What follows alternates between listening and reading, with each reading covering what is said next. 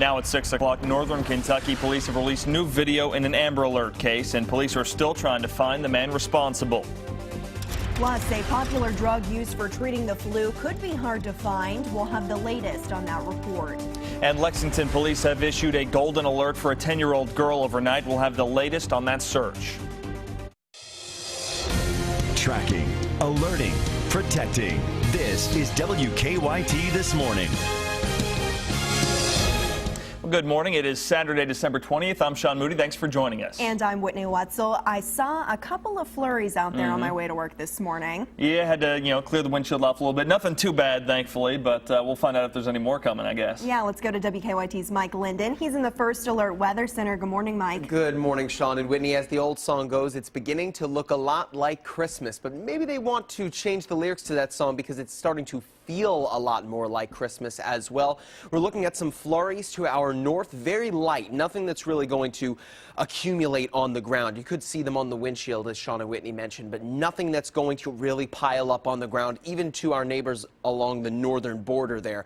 Now, if we look to the southeastern mountains, that's where things could get a little messy because that's where the track of this storm is moving along the south. But into the afternoon today, right around 37, so it will be a little chilly with some flakes in the air, but again, Christmas less than a week away, and I'll show you what I'm tracking for the holiday coming up. All right, Mike, thank you. New this morning, Lexington police and firefighters have issued a golden alert for a missing 10-year-old girl, and we just learned about that 20 minutes ago. Yeah, police say Summer Marie Barnett walked away from her home between midnight and 3 o'clock this morning. WKYT's Mark Barber is live near her home, covering our top story this morning. What can you tell us, Mark? Good morning, Sean and Whitney. I'm here at Winston Avenue where many people are searching for a 10-year-old girl who police say wandered away from her home here around 3 o'clock this morning. Now I'm going to step to the side here so we can zoom in and give you a closer look at what crews are doing out here at the moment. You can see a number of fire and police crews out here working, and what you can't see is what's happening behind the house and on the surrounding streets here. We've got canines out here. They're bringing in a police helicopter. We've got many patrol cars and even family members going street to street searching for this missing girl. Now, family members tell me that she has mental health issues. Firefighters say that the girl may have autism. Now, crews say that they are searching neighboring streets, and they're especially focusing on businesses that are open at this hour and parks. But they say so far, unfortunately, there is no sign of her. Now, I'm told that the missing girl is wearing a winter coat as well as pajama pants with pirates on them. I'm told she has blonde hair. Now, I'm also told that this is the second time she has wandered away from the home within the past year. The last time she wandered away, I'm told police found her about a block away from the home during the summer. Now, of course, this is a much more dangerous situation. Firefighters say if she keeps moving, she could have a few hours before the cold would start causing any sort of health issues.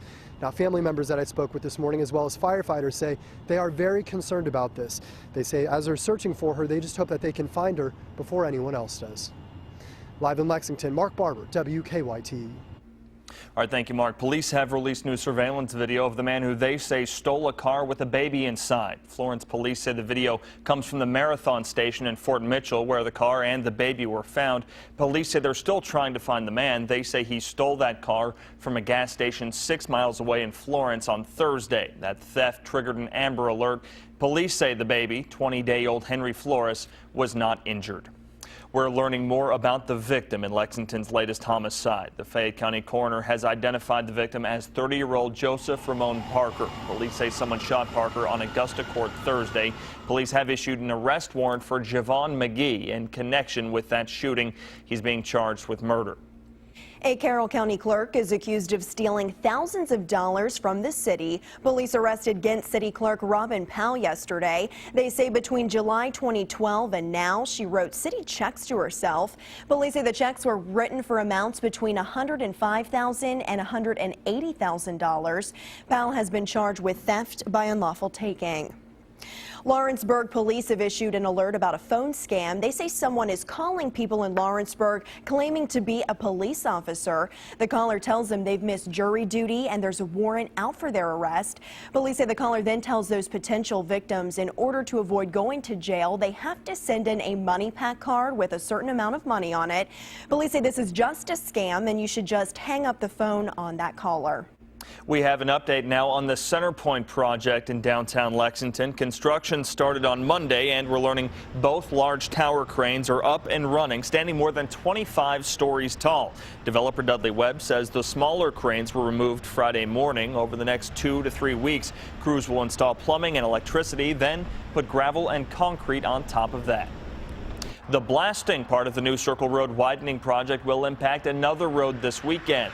State transportation crews say they'll shut down Alexandria Drive between the roundabout and Viley Road twice Monday and twice Tuesday. Blasting is scheduled for 9 a.m. and 3 p.m. on both days. New Circle is being widened between Versailles Road and Leestown Road.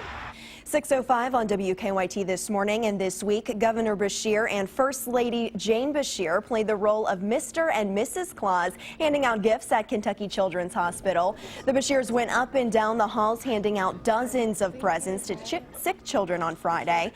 Mackenzie Stewart got her gift an hour before going into gallbladder surgery. Mackenzie said she was nervous about having that surgery, but the unexpected gift calmed her nerves.